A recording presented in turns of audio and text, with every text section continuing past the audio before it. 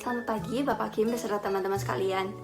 Pada kesempatan kali ini, kelompok 6 akan mempresentasikan laporan akhir simulasi portofolio aktif dan pasif kami. Perkenalkan, nama saya Anak Agung Ayudi Fasyanti Darmawan. Nama saya Elisa Satiawan. Nama saya Tirza Maltawi Kristina. Pada presentasi kali ini, kelompok kami akan membahas beberapa hal, diantaranya adalah strategi investasi, analisa pemilihan saham, ringkasan kerja portofolio, dan yang terakhir evaluasi. Kita akan membahas portofolio aktif terlebih dahulu. Dimulai dari strategi investasi. Dalam portofolio aktif, pergerakan atau naik turun harga saham dapat dimanfaatkan untuk mencari keuntungan. Maka dalam portofolio aktif ini, strategi pertama yang kami gunakan adalah growth investing.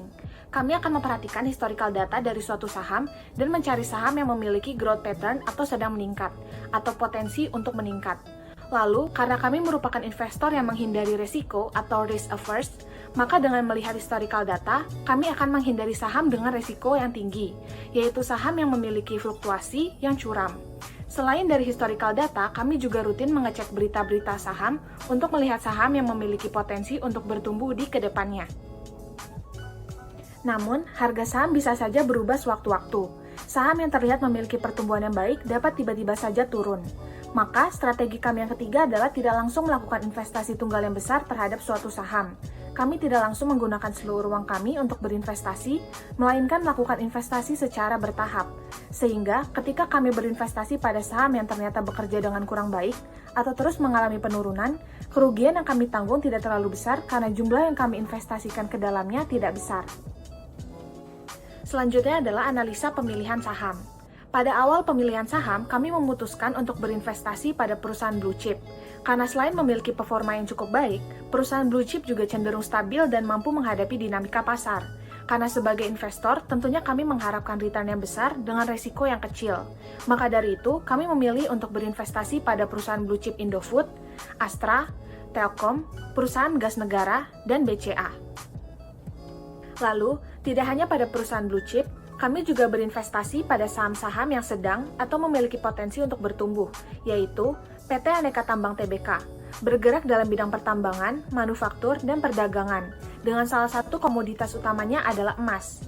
Menurut laporan terbaru dari World Gold Council untuk bulan September adalah waktu yang tepat untuk membeli emas, karena secara historis pun, September merupakan bulan yang baik untuk harga emas karena harganya yang cenderung rendah. Terlihat dari grafik, mulai akhir Agustus hingga awal September, harga saham ini cukup rendah. Kami pun berinvestasi pada saham aneka tambang selagi harganya masih cukup rendah. Dan karena pada bulan September harga emas terbilang cukup baik, permintaan terhadap emas akan meningkat yang kemudian dapat berimbas pada peningkatan harga saham ANTM ini. Selanjutnya adalah PT Karya Anugrah Bersama Tbk, merupakan perusahaan pengembang real estate. Sejak awal tahun 2021, harga sahamnya terbilang cukup stabil. Lalu ketika memasuki bulan September terjadi peningkatan. Dan kami melihat peningkatan tersebut disebabkan oleh rencana PT Karya Anugrah Bersama untuk merealisasi rencana ekspansi tahun ini yang salah satunya membeli lahan potensial di wilayah Balikpapan dengan menggunakan dana hasil IPO sebesar 152,32 miliar. Kami pun memutuskan untuk berinvestasi pada saham ini untuk mendapatkan keuntungan dari harga saham yang sedang meningkat itu. Saham yang ke-8, PT Metro Healthcare Indonesia Tbk, yang bergerak di bidang layanan kesehatan terpadu. PT ini mengelola rumah sakit yang tergabung dalam Metro Hospital Group. Seperti yang terlihat pada grafik, saham Metro Healthcare memiliki kinerja yang baik sejak bulan Agustus. Terlihat dari harga sahamnya yang terus mengalami peningkatan. Menurut laporan keuangan yang terbit di website Bursa Efek Indonesia, Metro Healthcare mencetak kenaikan laba bersih 150,34% secara tahunan, menjadi 15,71 miliar per 30 Juni 2021, naik dari 6,27 miliar pada periode yang sama tahun lalu. Saat ini proses vaksinasi terhadap COVID-19 juga sedang gencar dilakukan, sehingga kami melihat prospek yang baik pada saham kesehatan ke depannya. Kami pun berinvestasi pada saham ini karena optimis harga saham akan mengalami kenaikan. Saham yang ke-9, PT Bank KB Bukopin Tbk. KB Bukopin adalah bank swasta kelas menengah di Indonesia yang memfokuskan bisnis intinya pada 4 sektor, yaitu UKM, mikro, konsumer, dan komersial. Jika melihat pergerakan harga saham mulai dari awal tahun 2021, beberapa kali mengalami kenaikan yang cukup tinggi. Pada bulan September, harga saham BBKP cukup rendah. Kami pun memutuskan untuk menginvestasikan sejumlah uang kami ke dalamnya. Sehingga ketika harga sahamnya mengalami peningkatan, kami dapat memperoleh keuntungan karena telah membeli saham dengan harga yang cukup murah. Yang ke-10, PT Bank Rakyat Indonesia Agro Niaga Tbk atau biasa yang disebut ARTO JK. PT Bank Rakyat Indonesia Agro Niaga adalah perusahaan keuangan berjenis jasa perbankan di Indonesia yang telah berdiri sejak tahun 1989 dan berkantor pusat di Jakarta. Saham ARTO JK termasuk salah satu saham yang sedang bekerja dengan baik tahun ini. Terlihat dari pergerakan harga sahamnya yang sejak awal tahun terus mengalami peningkatan. Hal tersebutlah yang membuat kami berinvestasi pada saham ini untuk memanfaatkan tren positif atau meningkat yang sedang terjadi. Yang ke-11, PT Dharma Henwa Tbk atau biasa disebut Dewa JK adalah perusahaan jasa pertambangan dan energi terintegrasi yang berperan dalam sektor energi dan pertambangan. Melalui historical data dari saham Dewa JK, kami melihat bahwa harga saham ini sangatlah stabil. Bahkan di saat IHSG sedang menurun, sehingga harga saham rata-rata mengalami penurunan, saham Dewa JK tidak mengalaminya. Kestabilan dari harga saham inilah yang membuat kami berinvestasi pada saham Dewa JK. Yang ke-12, PT Transco Pacific Tbk atau biasa yang disebut dengan TCPIJK adalah penyedia jasa penyewaan kapal dan jasa pengangkutan barang yang sudah beroperasi secara komersial sejak tahun 2008. Kami sudah mengawasi saham TCPIJK sejak awal bulan September, karena terlihat bahwa saham ini akhirnya mengalami kenaikan setelah terjun bebas pada bulan Agustus. Hal ini kami lihat sebagai tanda bahwa TCPIJK akhirnya mencapai titik balik dan akan terus meningkat ke depannya. Dari analisa tersebutlah kami memutuskan untuk berinvestasi pada saham TCPIJK. Yang ke-13, PT Smartfren Telkom Tbk atau yang biasa disebut dengan Fren JK. Jika melihat selama beberapa bulan terakhir, mulai dari Agustus hingga Oktober, harga saham Fren JK terus mengalami penurunan. Kami melihat hal ini sebagai kesempatan untuk membeli Fren JK dengan harga yang murah. Lalu, pada awal Oktober, beredar kabar mengenai Alibaba, yaitu perusahaan e-commerce asal Cina, akan membeli kepemilikan saham Fren JK pada akhir tahun. Walaupun pada saat itu belum ada konfirmasi apapun, tentunya kabar yang beredar tersebut akan mempengaruhi harga dari saham Fren JK. Investor akan berbondong-bondong membeli saham Fren JK yang kemudian menyebabkan harga saham meningkat. Maka dari itu, kami berinvestasi pada saham ini dengan tujuan memanfaatkan peristiwa yang tengah terjadi dan memperoleh keuntungan darinya. Yang ke-14, PT Unilever Indonesia Tbk atau yang biasa disebut dengan UNVRJK. Unilever adalah perusahaan blue chip yang beberapa tahun terakhir ini terus mengalami penurunan pada harga sahamnya. Kami melihat harga saham UNVRJK yang sedang undervalued tersebut sebagai suatu peluang untuk berinvestasi. Namun, karena kami berusaha untuk menghindari resiko, kami memutuskan untuk memantau pergerakan harga saham serta berita-berita seputar Unilever terlebih dahulu. Terpantau pada akhir bulan September, harga saham UNVRJK mengalami peningkatan yang terus berlanjut hingga awal bulan Oktober. Kami melihat UNVRJK memiliki potensi untuk terus meningkat dan selagi harga masih belum terlalu tinggi, kami memutuskan untuk berinvestasi pada saham ini. Yang ke-15, PT Harapan Duta Pertiwi Tbk atau biasa yang disebut dengan HOPE JK. PT Harapan Duta Pertiwi Tbk adalah perusahaan yang bergerak dalam bidang industri karoseri kendaraan bermotor roda 4 atau lebih, industri trailer, dan semi-trailer. Walaupun baru sah tercatat di Bursa Efek Indonesia atau BEI pada bulan Mei tahun ini, saham Harapan Duta Pertiwi terlihat memiliki kinerja yang cukup baik. Harganya pun tergolong murah dibandingkan saham lainnya. Maka dari itu, ketika harga saham Hope JK sedang turun pada bulan Oktober, kami memutuskan untuk berinvestasi pada saham ini. Evaluasi untuk portofolio aktif. Berikut ini adalah tabel perbandingan return dari portofolio aktif kelompok kami dengan return dari JKSE. Pada tabel tersebut diperlihatkan hasil dari 6 minggu melakukan investasi aktif. Kelompok kami mendapatkan kerugian sebesar Rp3.917.500, sedangkan JKSE mendapatkan keuntungan sebesar Rp506,42.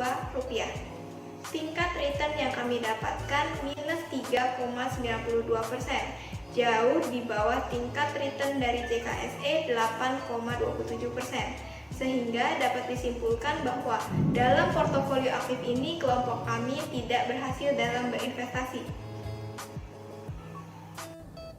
Faktor-faktor yang menyebabkan kami tidak berhasil dalam portofolio aktif ini adalah yang pertama, tidak menyebarkan resiko ketika melakukan pemilihan saham. Pada portofolio aktif ini, kami cenderung berinvestasi pada saham yang berada di bidang yang sama atau memiliki hubungan yang berkesinambungan. Contohnya pada minggu keempat, 2 dari 5 saham kami berada pada bidang perbankan. Faktor yang kedua adalah terlalu terlena dengan saham yang sedang bertumbuh dengan sangat baik. Seringkali setelah berinvestasi pada saham yang sedang bertumbuh tersebut, tidak lama akan terjadi penurunan pada harga sahamnya, sehingga kami pun mendapatkan kerugian. Lalu faktor yang ketiga adalah ragu-ragu dalam memutuskan untuk menjual saham yang sedang memberikan kerugian. Kami berharap harga saham akan segera membaik. Nyatanya, harga saham yang sudah merugi tersebut semakin merugi. Dari faktor-faktor tersebut, kami dapat menyimpulkan hal-hal yang perlu kami perhatikan ketika melakukan investasi pada portofolio aktif selanjutnya. Yang pertama, menyebarkan resiko ketika memilih saham, yaitu dengan memilih saham yang berada pada bidang yang berbeda-beda. Semakin jauh hubungan antar saham akan semakin baik, agar ketika saham pada bidang tertentu mengalami penurunan, saham yang lainnya tidak akan terpengaruh atau tidak ikut menurun juga. Yang kedua, walaupun saham yang sedang berkembang itu menarik, tetap memperhatikan timing yang pas untuk membelinya, agar kita tidak membelinya dengan harga yang terlalu tinggi. Lalu, yang terakhir, jangan takut untuk menjual saham yang sedang merugi.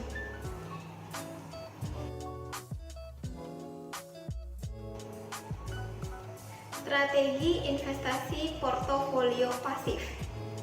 Berbeda dari portofolio aktif, pada portofolio ini dilakukan investasi pasif, sehingga tidak terjadi transaksi jual beli saham, melainkan hanya hold sepanjang periode tersebut. Oleh karena itu, dalam memutuskan saham-saham apa saja yang akan dibeli, kami sebagai investor terlebih dahulu melakukan analisis secara mendalam terhadap fundamental suatu perusahaan, seperti kinerja keuangannya. Selain itu, kami juga mempertimbangkan informasi-informasi yang dirasa berpotensi mempengaruhi kondisi keuangan di masa yang akan datang, memahami situasi pasar, dan juga memantau pergerakan harga dengan melihat historical data dari suatu saham. Setiap investor pasti memiliki tujuan keuangan yang ingin dicapai. Dalam hal ini, kami ingin mendapatkan keuntungan sebesar-besarnya. Walaupun menginginkan return yang tinggi, kami tetap berusaha untuk meminimalkan risk yang ada ketika berinvestasi, dengan tidak melakukan investasi yang berpusat pada satu bidang saja. Hal ini kami lakukan dengan tujuan untuk spread the risk. Apabila salah satu bidang saham mengalami penurunan harga, maka tidak semua saham yang kami investasikan mengalami penurunan juga. Kami memutuskan untuk berinvestasi pada saham yang berasal dari bidang yang berbeda, di mana dalam portofolio pasif ini, saham-saham yang kami pilih berasal dari 5 bidang berbeda. Di antaranya adalah perbankan, manufaktur, jasa layanan teknologi informasi dan komunikasi, otomotif, serta transmisi dan distribusi gas bumi.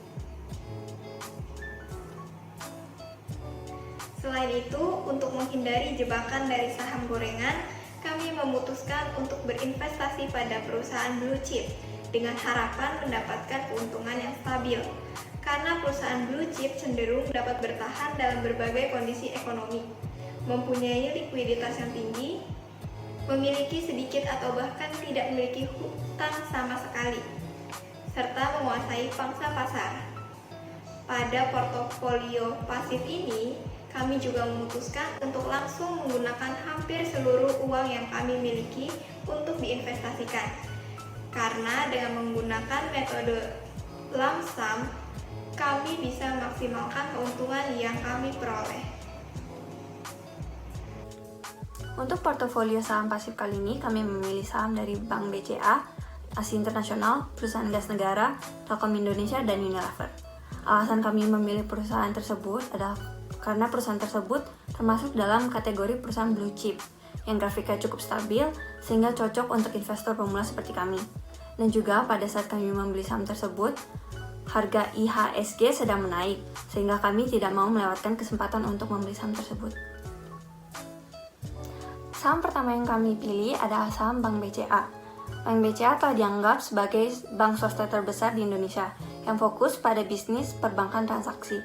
Alasan kami memilih saham ini adalah karena Bank BCA baru saja melakukan aksi stock split yang membagi sahamnya dengan rasio 1:5. Dengan ini, harga saham Bank BCA menurun hingga 7.000 per lot. Hal ini membuatnya menjadi saham yang menarik bagi kami sehingga kami memutuskan untuk membelinya. Saham kedua adalah Astra International yang merupakan grup otomotif terbesar di Asia Tenggara. Alasan kami memilih saham ini adalah karena mereka tercatat memiliki kinerja yang baik pada tahun 2021. Alasan lainnya juga dikarenakan naiknya grafik saham Astra pada bulan Oktober karena peningkatan laba bersihnya yang mencapai 28% tahun ini dari kenaikan penjualan mereka yang didorong oleh diskon pajak PPNB yang diberlakukan oleh pemerintah. Saham ketiga adalah perusahaan gas negara yang merupakan perusahaan BUMN yang bergerak dalam transportasi dan distribusi gas bumi di Indonesia. Pada bulan Oktober, grafik sahamnya menaik dikarenakan pertumbuhan laba bersih yang mencapai 2.824,26% dibandingkan periode yang sama pada tahun sebelumnya. Maka ini kami memutuskan untuk membeli saham ini. Saham keempat adalah saham Telkom Indonesia yang merupakan perusahaan komunikasi di Indonesia yang menyediakan berbagai jasa multimedia seperti layanan telepon tetap dan layanan telepon nirkabel, mobile service, dan data atau internet. Alasan kami membeli saham Telkom karena jasa Telkom sangat dipercaya dan pada saat ini sangat diperlukan dalam kondisi online. Selain itu juga karena Telkom merupakan salah satu saham yang naik pada bulan Oktober dikarenakan kinerja mereka yang baik dan peningkatan laba bersih hingga 13,30% dari periode yang sama di tahun sebelumnya. Alasan kami membeli saham Telkom karena jasa Telkom sangat dipercaya dan pada saat ini sangat diperlukan dalam kondisi online. Selain itu juga karena Telkom merupakan salah satu saham yang naik pada bulan Oktober dikarenakan kinerja mereka yang baik dan peningkatan laba bersih hingga 13,30% dari periode yang sama di tahun sebelumnya. Saham kelima dan saham yang terakhir adalah saham Unilever yang merupakan anak perusahaan dari Unilever yang berlokasi di London. Perusahaan ini bergerak dalam bidang manufaktur, pemasaran, dan distribusi barang konsumsi.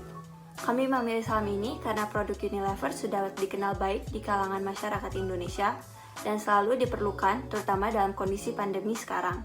Selain itu, saham ini merupakan salah satu saham yang naik pada bulan Oktober, sehingga kami memutuskan untuk membelinya. Berikutnya adalah evaluasi dari portofolio saham pasif kami. Tabel berikut menampilkan hasil investasi selama 6 minggu. Dapat dilihat, kami mendapatkan kerugian sebesar Rp3.885.000. Sedangkan JKSE mendapatkan kerugian 60,23 perak rupiah. Apabila dilihat dari persentase gain loss dari kedua portofolio, dapat dilihat bahwa kedua persentase tersebut tidak terlalu jauh. berbeda dengan portofolio aktif sebelumnya. Selain dari itu, dapat dilihat dari grafik yang ada di PPT bahwa pergerakan return antara portofolio kami dan portofolio JKSE tidak terlalu jauh berbeda. Bahkan ada saat di mana nilai return kami lebih tinggi dibandingkan nilai return JKSE. Sehingga dapat kami nilai dengan data-data yang ada bahwa portofolio kami ini cukup berhasil. Investasi pada portofolio pasif ini cukup berhasil karena strategi-strategi yang kami gunakan. Strategi yang pertama adalah memilih saham yang berasal dari bidang yang berbeda-beda, sehingga resikonya menyebar. Karena pada portofolio pasif ini hanya dapat hold saham, tidak dapat buy ataupun sell, strategi tersebut sangatlah berpengaruh dalam keberhasilan portofolio kami. Ketika JKSE sedang menurun dan ada beberapa saham kami yang turun, terdapat juga beberapa saham yang naik, sehingga kerugian menjadi tidak terlalu besar. Lalu strategi yang kedua adalah berinvestasi pada perusahaan blue chip, sehingga saham cenderung lebih stabil dan kuat terhadap dinamika pasar. Portofolio pasif ini cocok untuk digunakan jika ingin berinvestasi dalam jangka waktu panjang atau long term. Sedangkan simulasi ini hanya dilakukan selama 6 minggu. Kami yakin hal tersebut juga mempengaruhi hasil dari portofolio ini yang belum mencapai pada puncaknya. Dengan jangka waktu yang tepat, hasil dari portofolio pasif ini dapat lebih baik lagi. Sekian presentasi dari kelompok kami, terima kasih.